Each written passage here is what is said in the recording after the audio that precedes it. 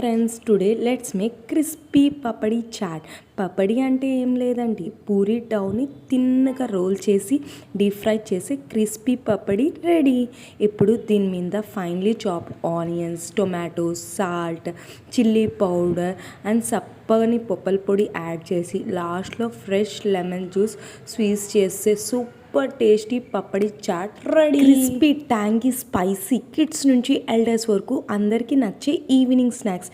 Taste ఒక్కసారి తిన్నారంటే మళ్ళీ మళ్ళీ తినాలా అనిపిస్తుంది.